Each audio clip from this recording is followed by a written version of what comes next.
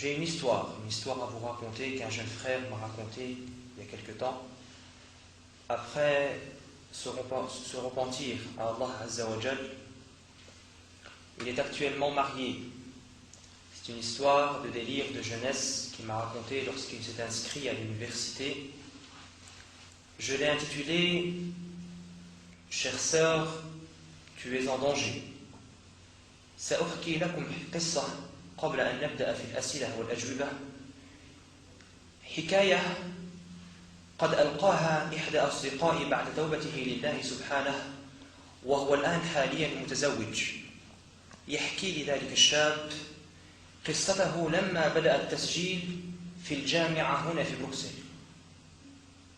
Ce frère me dit, comme tout jeune et comme tout étudiant à l'université, j'aimais les filles. Il me suffisait de parler, mes yeux verts et mes cheveux brun clair faisaient l'affaire. Après 2 ans de mon inscription,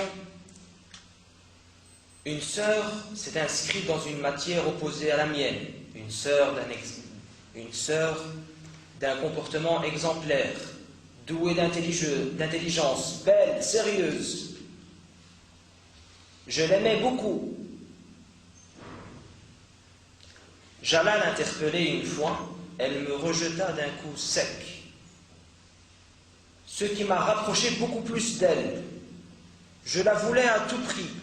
J'étais prêt même à me marier avec elle.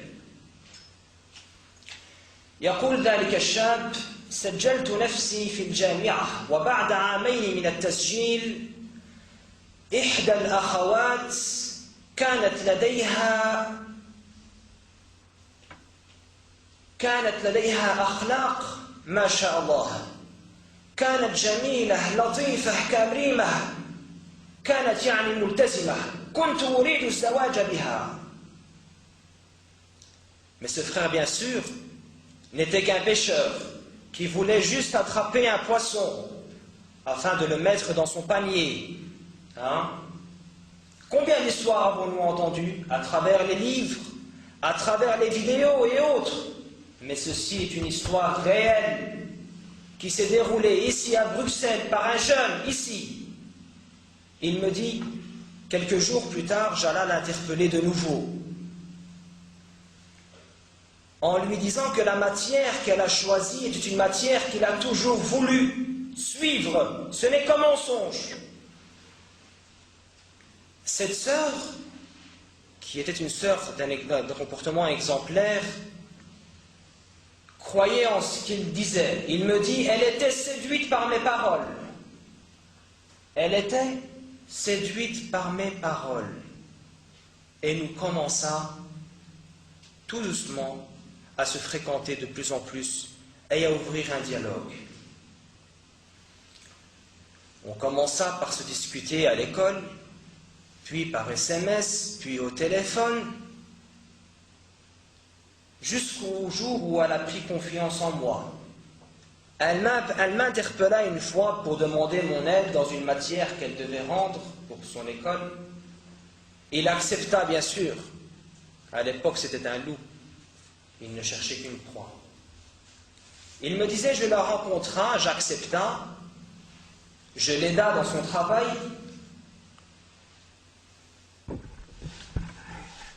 Et après que nous ayons créé un lien d'amitié plus fort que ce qu'il n'était avant, je l'invita chez moi, à la maison, pour venir manger, discuter et rigoler, mais en même temps, il sortait avec d'autres filles.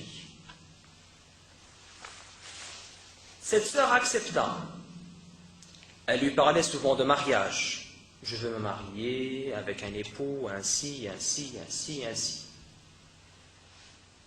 Il a compris. Et il lui prometta le mariage, une fois les études finies.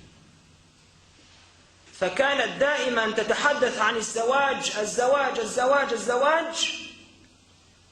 فهم ذلك الشاب ووعدها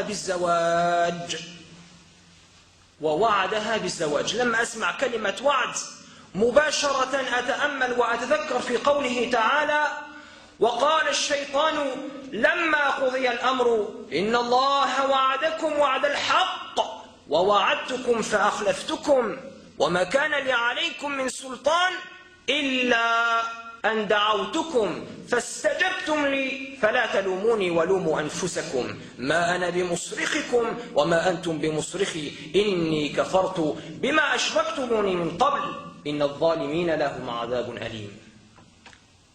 Il me dit j'accepta et je lui promettai le mariage en récompense une fois les études finies et à condition qu'elle ne me quitte pas.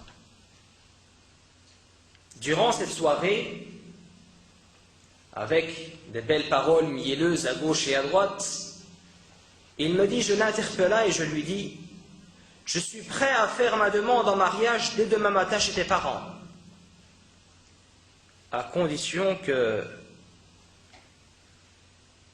Que quoi?